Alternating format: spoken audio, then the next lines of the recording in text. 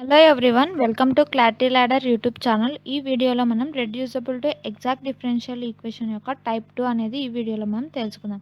So type 2 వచ్చేసి మనకు ఈ ఈక్వేషన్లో ఉంటుంది. F of xy into y dx plus g of xy into x dy equal to 0. So ఈ ఫామ్లో కనుక మనకు ఉంటే కనుక అది టైప్ 2 అనమాట. సో ఆల్రెడీ మనం టైప్ 1 అనేది ఆల్రెడీ డిస్కస్ చేసాము. సో ఇప్పుడు టైప్ 2 అనేది చూద్దాము.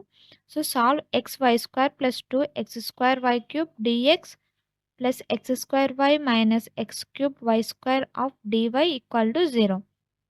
సో ఇది మనకు ప్రాబ్లం అనమాట. సో దీన్ని ఎలా సాల్వ్ చేద్దామంటే కనుక స్టెప్ బై స్టెప్ సాల్వ్ చేసాం. ఫస్ట్ స్టెప్ 1 వచ్చేసి మనకు గివెన్ ఈక్వేషన్ అనేది ఈక్వేషన్ 1గా తీసుకున్నాము. సో ఇక్కడ మనకు ఎగ్జాక్ట్ డిఫరెన్షియల్ ఈక్వేషన్ యొక్క స్టాండర్డ్ ఫామ్ వచ్చేసి M dx plus N dy equal to 0. So ఈ ఈక్వేషన్ మనము ఈక్వేషన్ 2గా కన్సిడర్ చేసాము. సో ఇక్కడ వచ్చేసి మనం ఈక్వేషన్ 1 అండ్ ఈక్వేషన్ 2ను కనుక కంపేర్ చేస్తే మనకు ఎం వాల్యూస్ అలాగే ఎన్ వాల్యూస్ అనేవి ఫైండ్ అవుట్ అవుతాయి. సో మనం ఇక్కడ కంపేర్ చేసాము. సో ఎం వాల్యూ అలాగే ఎన్ వాల్యూ అనేది మనము ఫైండ్ అవుట్ చేసాం. సో నెక్స్ట్ స్టెప్ 2 వచ్చేసి finding given equation is exact or not. So ఇచ్చిన ఈక్వేషన్ అనేది మనకు ఫస్ట్ ఎగ్జాక్టా కాదా అనేది కనుక్కోవాలి. సో మనకి ఎగ్జాక్టా కాదా అని కనుక్కోవడానికి కండిషన్ అనేది అప్లై చేసాము.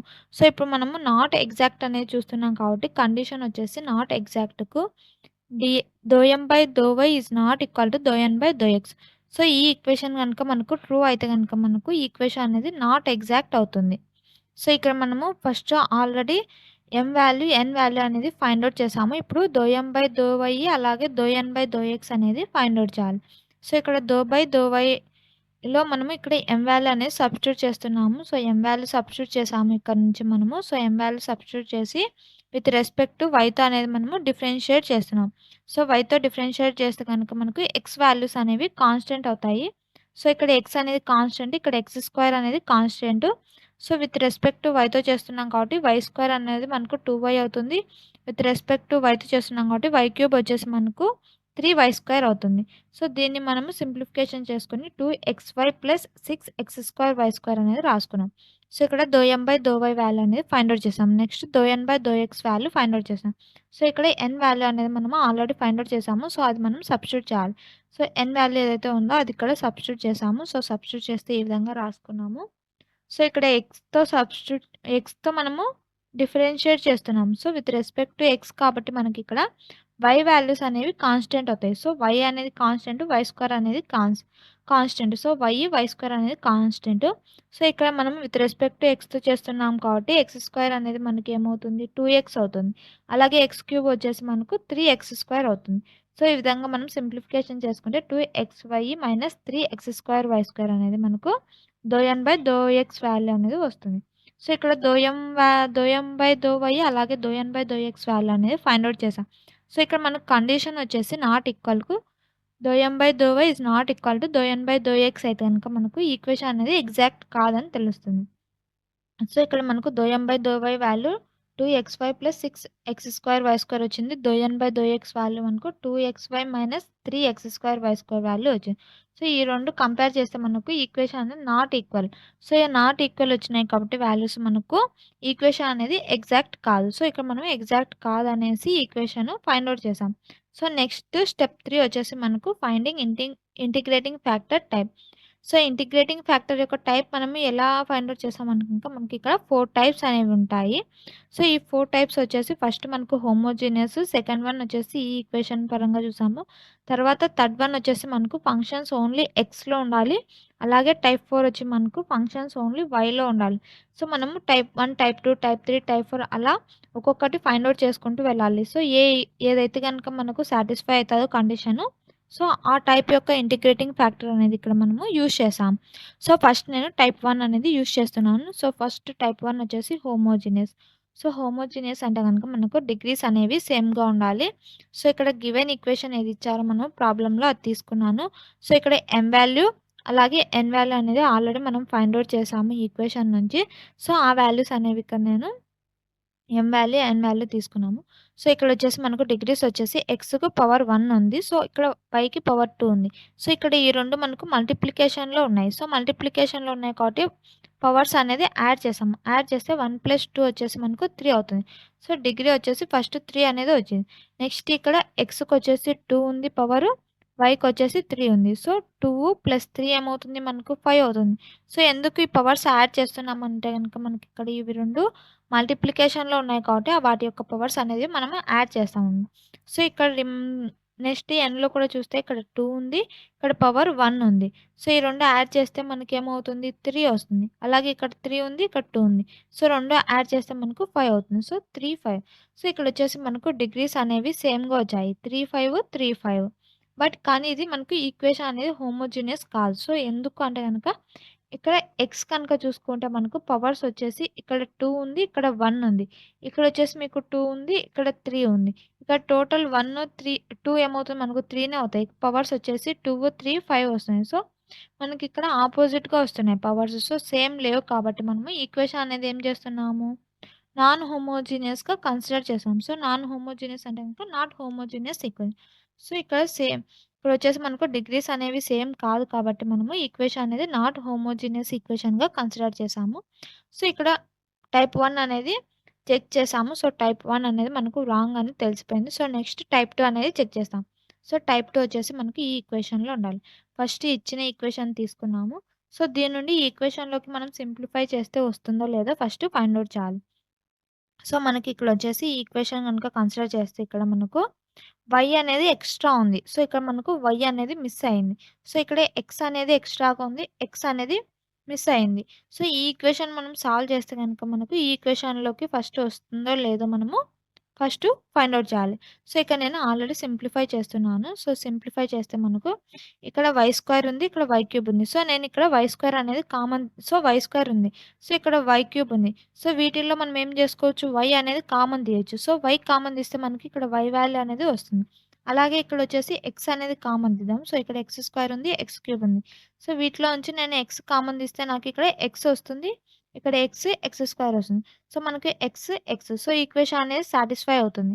సో, కాబట్టి నేను ఇక్కడ y వాల్యూ, x వాల్యూస్ అనేవి నేను కామన్ తీశాను. సో, ఇక్కడ y వాల్యూ కామన్ తీస్తే గనుక మనకేమవుతుందంటే xy + 2x² y² of y into dx plus xy minus x² y² of x dy equal to 0. So, దీన్ని మనం ఈక్వేషన్ 4. సో, ఇక్కడ మనము టైప్ 2ని వచ్చేసి ఈక్వేషన్ 3గా, అలాగే ఇక్కడ మోడిఫై చేసుకున్న ఈక్వేషన్‌ను టైప్ 4గా కన్సిడర్ చేసాం. సో, కన్సిడర్ చేస్తే గనుక మనం ఈ ఈక్వేషన్స్ 2 కంపేర్ చేస్తే మనకు సేమ్‌గా ఉన్నాయి. So, we have same equations so that it is type 2. So, ఇక్కడ మనకు సేమ్ ఈక్వేషన్ అనేది మనకి ఇక్కడొచ్చేసి f(x,y)లో ఉంది. అలాగే ఇక్కడ y అనేది మనకి ఎక్స్‌ట్రా రావాలి. సో, ఇక్కడ ఆల్రెడీ మనకు y అనేది ఎక్స్‌ట్రాగా వచ్చింది. సో, ఇక్కడొచ్చేసి మనకు g(x,y)లో ఉంది. g(x,y) టర్మ్స్‌లలోనే ఉన్నాయి ఫంక్షన్. సో, ఇక్కడ x ఉంది, x ఉంది. dy ఉంది, dy ఉంది. ఇక్కడ dx ఉంది, dx. సో, ఈ ఈక్వేషన్ అనేది సేమ్‌గా ఉంది కాబట్టి ఇది టైప్ 2 అనేది మనము తీసుకుంటాం. సో, టైప్ 2 అనేది మనకి ఇక్కడ సాటిస్ఫై అయింది. సో, ఇలా మనకు ఎప్పుడైతే సాటిస్ఫై అవుతుందో ఈక్వేషను, రిమైనింగ్ టైప్స్ అనేవి మనం చెక్ చేయాల్సిన అవసరం అనేది ఉండదు. ఒకవేళ ఈ ఈక్వేషన్ అనేది నీకు టైప్ 2 అనేది కన్సిడర్ కాలేదు అనుకో, నెక్స్ట్ టైప్ 3 అనేది చెక్ చేసుకోవాలి. నెక్స్ట్ టైప్ 4 అనేది చెక్ చేసుకోవాలి. సో, ఆ విధంగా మనం టైప్స్ అనేవి చెక్ చేయాలి. సో, నెక్స్ట్ స్టెప్ 4 వచ్చేసి మనకు finding type 2 integrating factor. So, ఇక్కడొచ్చేసి మనకు ఆల్రెడీ టైప్ 2 అనేది తెలిసిపోయింది. సో, టైప్ 2 యొక్క ఇంటిగ్రేటింగ్ ఫ్యాక్టర్ అనేది ఫైండ్ ఔట్ చేస్తున్నాను. సో, ఇంటిగ్రేటింగ్ ఫార్ములా వచ్చేసి IF = 1/mx - ny.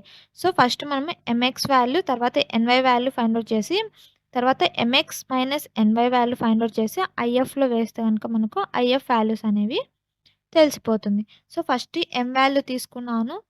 So, m value తీసుకున్నాను. తర్వాత xతో మల్టిప్లై చేస్తే ఈ ఈక్వేషన్ వచ్చింది. తర్వాత n వాల్యూ అనేది తీసుకున్నాను. తర్వాత yతో మల్టిప్లై చేస్తే ఈ వాల్యూ వచ్చింది. తర్వాత మనకు mx - ny వాల్యూ కావాలి. సో, మనం ఇప్పుడు mx value, ny value already find out చేసాము. సో, ఇక్కడ mx - ny వాల్యూ అనేది రాసుకున్నాము. సో, సబ్స్టిట్యూట్ చేస్తే మనకు x² y² ఇక్కడ -x² y² క్యాన్సల్ అయిపోతుంది.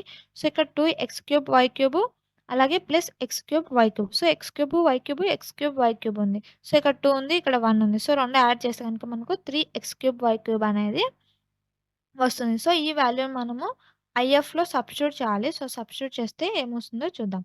సో, ఐఎఫ్ వచ్చేసి మనకు ఫార్ములా 1/mx - ny. సో, ఇక్కడొచ్చేసి మనకు mx - ny వాల్యూ వచ్చేసి 3x³ వచ్చింది. సో, 3x³ అనేది వేసుకున్నాము. సో, మనకు ఐఎఫ్ వాల్యూ వచ్చేసి 1/3x³ అనేది ఫైండ్ ఔట్ చేసాం. సో, నెక్స్ట్ స్టెప్ 5 వచ్చేసి ఫైండింగ్ సొల్యూషన్స్. సొల్యూషన్ అనేది ఫైండ్ ఔట్ చేయాలి. సో, మనకు సొల్యూషన్ ఫైండ్ ఔట్ చేసేటప్పుడు ఫార్ములా వచ్చేసి మనకు if integral m dx plus integral n dy equal to c. So, ఇక్కడ మనకు m వాల్యూస్ తీసుకున్నప్పుడు ఇక్కడ y అనేది కాన్స్టెంట్‌గా ఉంటది విత్ రెస్పెక్ట్ టు dxతో చేసేటప్పుడు. అలాగే ఇక్కడ n వాల్యూస్ తీసుకున్నప్పుడు మనకు ఎక్స్‌క్లూడింగ్ x టర్మ్స్ అన్నమాట. సో, ఇక్కడ x టర్మ్స్ ఏవైతే ఉంటాయో అవి మనకు 0 అయిపోతాయన్నమాట. సో, ఆ విధంగా ఇక్కడ మనము సాల్వ్ చేయాలి. సో, ఇక్కడ నేను ఐఎఫ్ వాల్యూ 1/3x³ వచ్చింది. సో, 3x³ అనేది మనం 1/3x³ ఈ విధంగా రాసుకున్నాము. సో, ఇదొచ్చేసి మనకు m వాల్యూ అన్నమాట. నెక్స్ట్ వచ్చేసి ఇంటిగ్రల్ ఎలా ఉందో ఇంటిగ్రల్ రాసుకున్నాము. n వాల్యూ వచ్చేసి x² - x³ రాసుకున్నాము. అలాగే ఐఎఫ్ వాల్యూ వచ్చేసి మనకు 1/3x³ కాబట్టి ఈ వాల్యూని నేను ఇక్కడ రాసుకున్నాను. So, dy = c.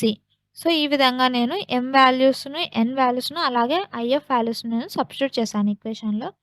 So, next వచ్చేసి సింప్లిఫై చేస్తే ఇక్కడ మనకు x అనేది ఉంది. సో, ఇక్కడ xy² ఉంది. సో, xy²/3x³ అనేది మనము సెపరేట్ చేసాము. అలాగే ఇక్కడ ప్లస్ ఉంది కాబట్టి నేను ప్లస్ రాసుకున్నాను. తర్వాత ఇంటిగ్రల్ 2x² 3x³ అనేది సెపరేట్ చేసి రాసుకున్నాను. సో, ఈ ఈక్వేషన్ కూడా నేను సెపరేట్ చేసి రాసుకున్నాను అనమాట. ఇక్కడ మైనస్ ఉంది కాబట్టి.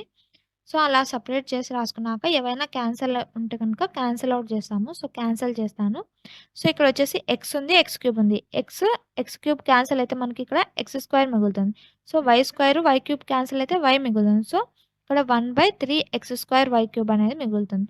సో, నెక్స్ట్ ఇక్కడ ప్లస్ ఇంటిగ్రల్ 2/3 అలాగే ఉంటుంది. ఇక్కడ x², ఇక్కడ స్క్వేర్ క్యాన్సల్ అయితే మనకు x మిగులుతుంది. సో, x³ మిగులుతుంది. సో, ఇక్కడ 2/3 x అనేది మిగులుతుంది. నెక్స్ట్ వచ్చేసి ఇక్కడ x², x³ స్క్వేర్ క్యాన్సల్ అయితే మనకు కింద x అనేది మిగులుతుంది. ఇక్కడ y³ y అనేది క్యాన్సల్ అయితే y² అనేది మిగులుతుంది. సో, ఇక్కడ ఆల్రెడీ 3 ఉంది కాబట్టి 3 వేసుకున్నాను. సేమ్ ఇక్కడ x³ క్యాన్సల్, y² ఇక్కడ y³ క్యాన్సల్ అయితే కనుక మనకు 3y అనేది ఇక్కడ మిగులుతుంది. సో, అది వచ్చేసి మనము ఈ విధంగా రాసుకున్నాం.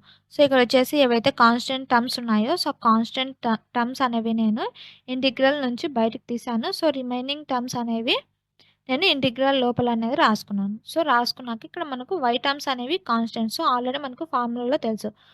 mకొచ్చేసి మనకు ఇక్కడ dxతో చేస్తే గనక y అనేది కాన్స్టెంట్. సో, y కాన్స్టెంట్ కాబట్టి ఈ y అనేది ఇక్కడ బయటికి రాసుకోవచ్చన్నమాట. సో, ఇక్కడ నేను y అనేది బయటికి రాసుకున్నాను. సో, y అనేది బయటికి రాసుకున్నాను.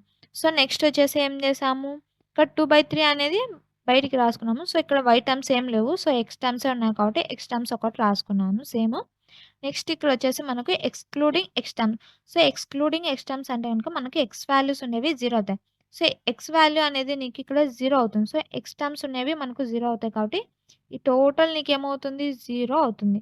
సో, ఎక్స్‌క్లూడింగ్ x టర్మ్స్ అంటే గనుక మనకు x వాల్యూస్ ఎప్పుడైతే గనుక మనకి ఇక్కడ మల్టిప్లికేషన్‌లో కానీ, డివైడెడ్ బైలో కానీ ఉంటే ఆ వాల్యూస్ అనేవి మనకు 0 అయిపోతాయన్నమాట. సో, ఈ హోల్ టర్మ్ మనకేమవుతుంది అంటే గనుక 0 అవుతుంది. సో, ఇక్కడొచ్చేసి మనకు x టర్మ్స్ అనేవి ఏం లేవు కాబట్టి ఈ వాల్యూ అనేది అలాగే రాసుకుంటాము. సో, ఇక్కడ x టర్మ్ అనేది 0 రాసుకున్నాను. సో, ఇవి సింప్లిఫై చేస్తే గనుక మనకు 1/x² dx integral 1/x² dx value -1/x. So, -1/x రాసుకున్నాను. ఇంటిగ్రల్ 1/x dx వాల్యూ మనకు log x or ln x. So, నేను ln x అన్నా log x అన్నా సేమ్. సో, ఇక్కడ 2/3 ఎలాగుందో 2/3 రాసుకున్నాను. సో, 1/x ఇంటిగ్రల్ గనుక చేస్తే గనుక మనకు ln x వచ్చింది కాబట్టి ln x అనేది రాసుకున్నాను. సో, నెక్స్ట్ సేమ్ ఆ విధంగానే మనకు integral 1/y dy value log y కానీ ln yగా గాని రాసుకోవచ్చు. సో, ఆ వాల్యూని నేను ఇక్కడ రాసుకున్నాను. సో, వీటిని సింప్లిఫై చేస్తే మనం ఏం చేస్తాము, ఇక్కడ 1/3 ఉంది, ఇక్కడ 1/3 ఉంది, ఇక్కడ 1/3 ఉంది. సో, 1/3 అనేది నేను బయటికి తీస్తున్నాను. సో, 1/3 అనేది కామన్ తీస్తే కనుక మనకు -1/xy plus 2 ln x minus ln y equal to c వచ్చింది. సో, ఇక్కడొచ్చేసి మనము ఈ 1/3 అనేది ఇవతలకి పంపిస్తే మనకు ఇది కాన్స్టెంట్ అవుతుంది. సో, మల్టిప్లై చేస్తే గనుక కాన్స్టెంట్ ఇంటూ ఎనీథింగ్ ఏమవుతుంది మనకు కాన్స్టెంటే అవుతుంది. అందుకని నేను ఇక్కడ కాన్స్టెంట్ తీసుకున్నాను.